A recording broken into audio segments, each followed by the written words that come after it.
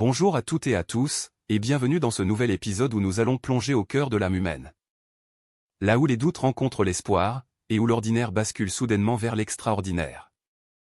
Aujourd'hui, je vous invite à fermer les yeux et à imaginer le bord de mer, l'air salin du golfe du Mexique. Le cri des mouettes et le clapotis doux des vagues contre la jetée.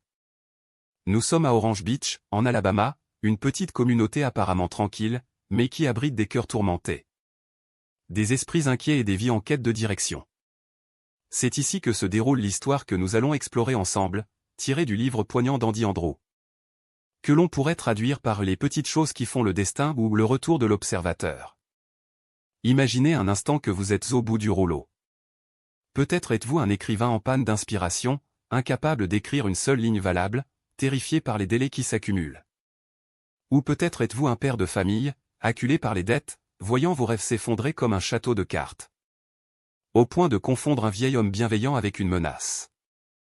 Ou encore, vous êtes une femme accomplie, mais rongée par le chagrin de voir votre mère s'effacer doucement dans les brumes de la maladie d'Alzheimer. Ces situations, aussi disparates soient-elles, ont un point commun, elles semblent être des impasses. Mais c'est précisément là, au carrefour de ces désespoirs, qu'apparaît un personnage singulier. Un homme que tout le monde connaît mais que personne ne comprend vraiment. Il s'appelle Jones. Pas Monsieur Jones. Juste Jones. Jones est une énigme vivante. C'est un vieil homme, portant toujours un jean, un t-shirt blanc et de vieilles sandales en cuir. Il traîne avec lui une valise marron usée par le temps, et ses cheveux sont blancs comme la neige. Contrastant avec une peau tannée par le soleil et des yeux d'un bleu perçant, presque lumineux. Il apparaît sans prévenir, souvent aux moments les plus inopportuns, et disparaît tout aussi mystérieusement. Il ne possède rien, dort on ne sait où, et pourtant, il semble détenir les clés de l'univers. Jones n'est pas un magicien, il ne résout pas les problèmes d'un coup de baguette magique. Il fait quelque chose de bien plus puissant, il offre une perspective. Il est celui qui remarque, celui qui voit les détails infimes que nous ignorons, ces petites choses qui, mises bout à bout, tissent la trame de notre destin. Notre narrateur, Andy, connaît bien Jones. Il y a des années, alors qu'il n'était qu'un jeune sans-abri vivant sous une jetée, Jones l'avait sauvé, non pas en lui donnant de l'argent, mais en lui donnant une raison de croire et une façon de penser. Aujourd'hui, Andy est un auteur à succès, marié, père de famille, mais il se retrouve à nouveau perdu. Il est assis devant une librairie, paralysé par l'angoisse de la page blanche, incapable de trouver une histoire qui vaille la peine d'être racontée. C'est dans ce moment de vulnérabilité que Jones réapparaît, comme s'il n'était jamais parti, avec un sac de beignets et ce sourire bienveillant qui désarme toute résistance.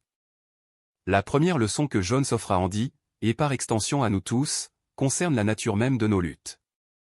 Andy cherche désespérément une histoire spectaculaire, quelque chose de grandiose, ignorant que la vie réelle, avec ses défis quotidiens, est la plus grande des aventures. Jones lui rappelle que le temps est une chose étrange, une ressource que nous dépensons sans compter jusqu'à ce qu'il n'en reste plus. Il lui demande, que prévois-tu de faire l'année prochaine ou aujourd'hui?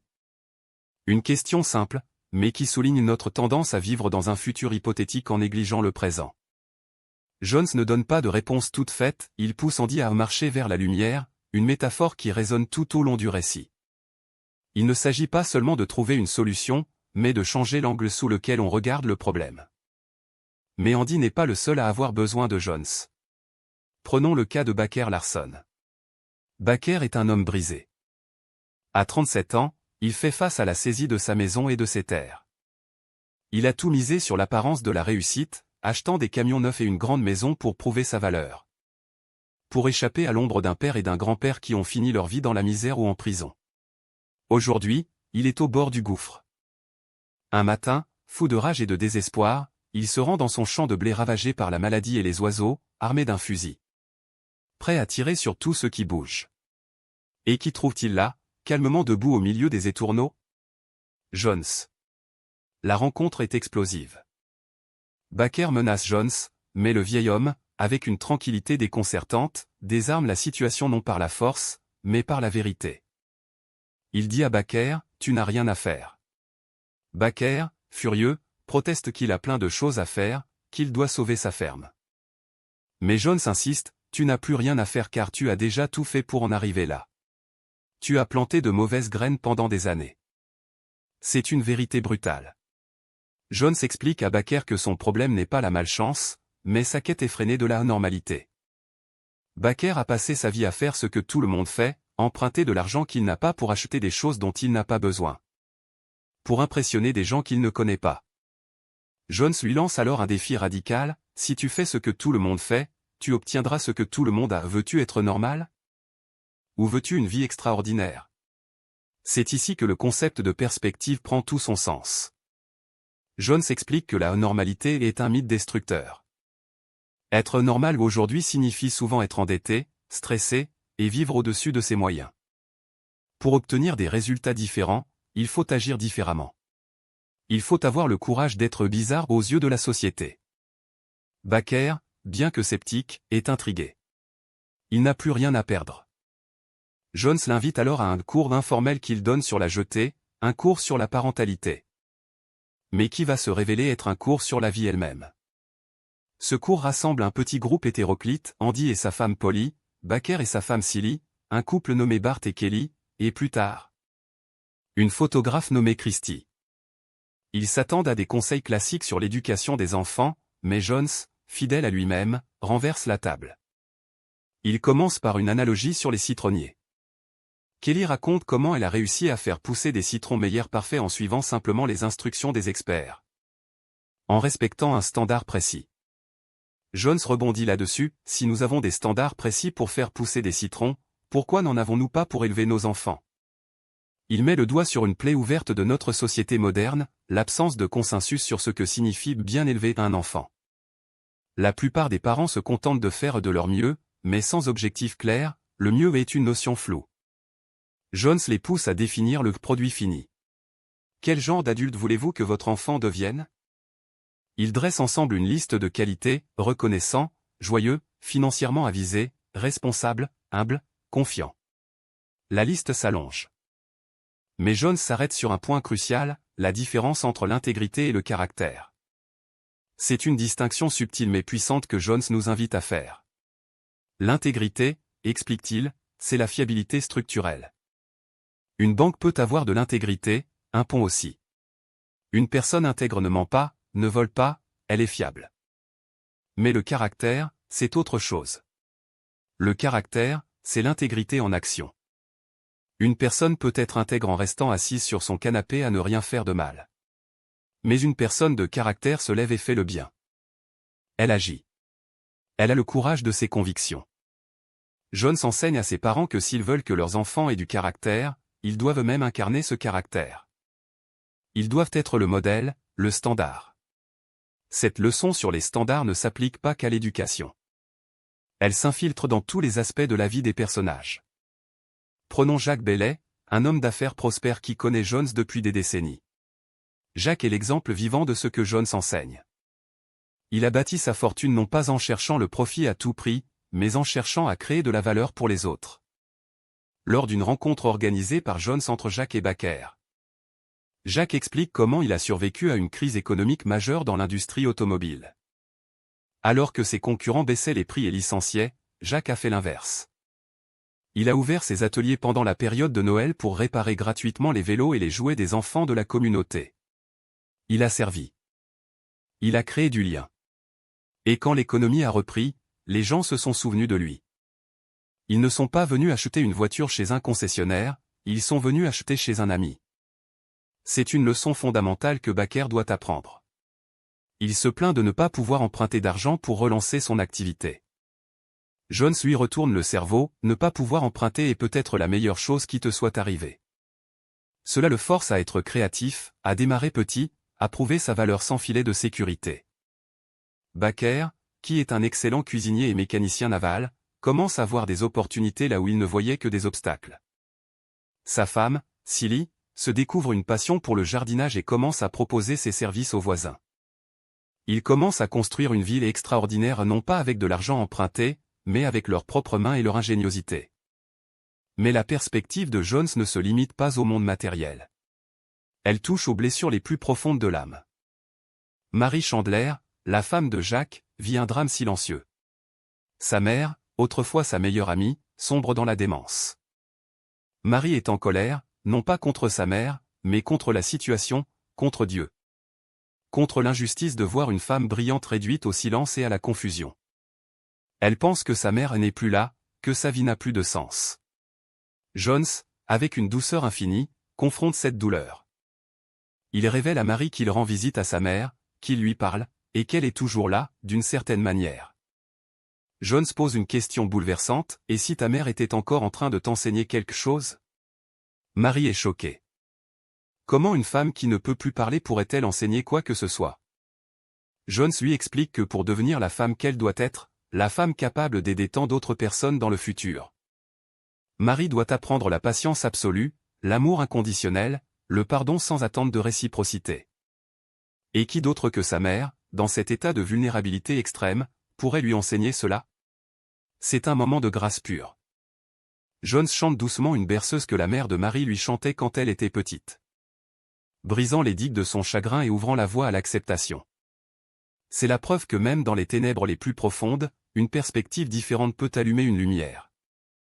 Et parlant de ténèbres et de lumière, nous arrivons au point culminant de notre récit. Une aventure qui semble tout droit sortie d'un roman fantastique mais qui est ancrée dans la réalité tangible de la nature. Jones convoque Baker, Silly et Christie au milieu de la nuit. Il leur demande de le rejoindre près d'un vieux cimetière, avec des instructions précises. Ils sont fatigués, confus, et franchement, ils commencent à douter de la santé mentale du vieil homme. Il les entraîne dans une marche forcée à travers une forêt dense, pleine d'épines et de boue, dans l'obscurité totale. C'est une métaphore vivante de la foi et de la persévérance. Jones marche devant, rapide, sûr de lui. Les autres trébuchent, se plaignent, ont peur. Christie, la photographe qui rêve d'un équipement professionnel qu'elle ne peut pas s'offrir, est au bord des larmes. Ils arrivent finalement au bord de la baie, épuisés et en colère. Jones leur a fait fabriquer des lances de fortune et des filets. Il leur demande d'entrer dans l'eau noire. C'est absurde. C'est effrayant. Mais Jones insiste, suivez-moi. C'est la seule chose que je vous demande. Et soudain, l'impossible se produit. L'eau commence à bouillir. Non pas de chaleur, mais de vie. C'est ce qu'on appelle une jubilée, un phénomène réel à Mobile Bay. En raison d'un manque d'oxygène dans les profondeurs, des milliers de poissons, de crabes, de crevettes et de flettes se ruent vers le rivage. Cherchant l'air, s'échouant presque sur le sable. C'est une abondance biblique. En quelques minutes, la peur et la fatigue disparaissent, remplacées par l'euphorie. Ils remplissent sac après sac de fruits de mer de première qualité.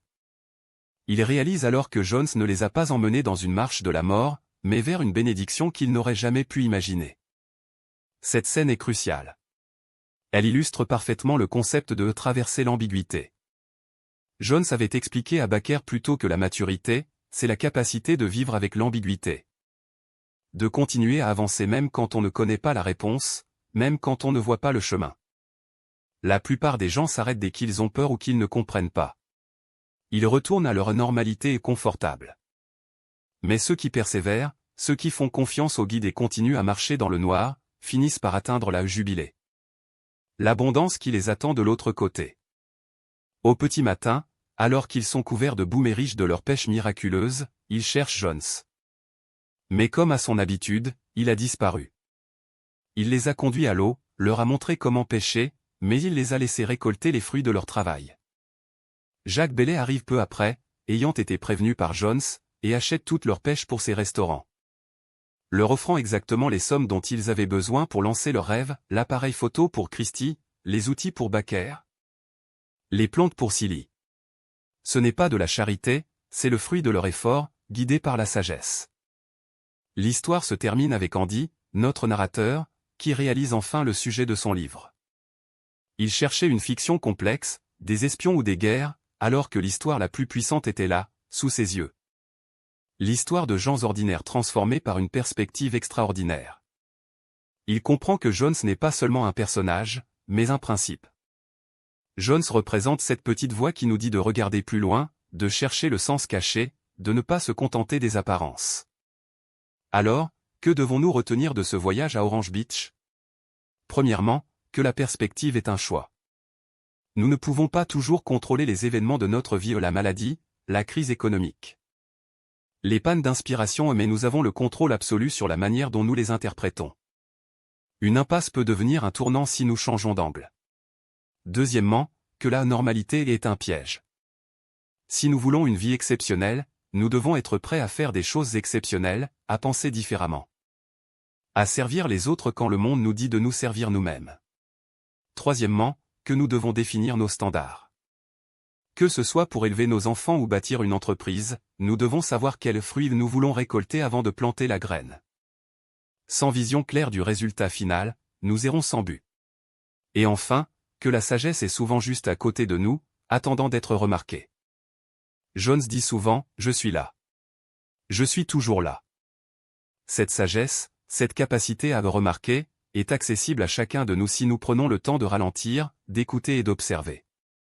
En refermant ce livre, ou plutôt en terminant ce podcast, je vous invite à devenir vous-même des noticés, des observateurs. Regardez votre vie aujourd'hui. Où êtes-vous coincé? Quelle situation vous semble désespérée? Essayez de changer de lunettes. Cherchez la leçon cachée dans l'épreuve. Cherchez la valeur que vous pouvez apporter aux autres au lieu de vous concentrer sur ce qui vous manque. Et peut-être, juste peut-être, découvrirez-vous que votre propre jubilé vous attend, juste là, de l'autre côté de l'obscurité. Merci d'avoir partagé ce moment avec moi. C'était un voyage à travers The Notice Returns d'Andy Andrew. N'oubliez pas, les petites choses ne sont pas petites, elles sont les graines de votre destin. À très bientôt pour une nouvelle exploration. D'ici là, gardez les yeux ouverts, et marchez vers la lumière.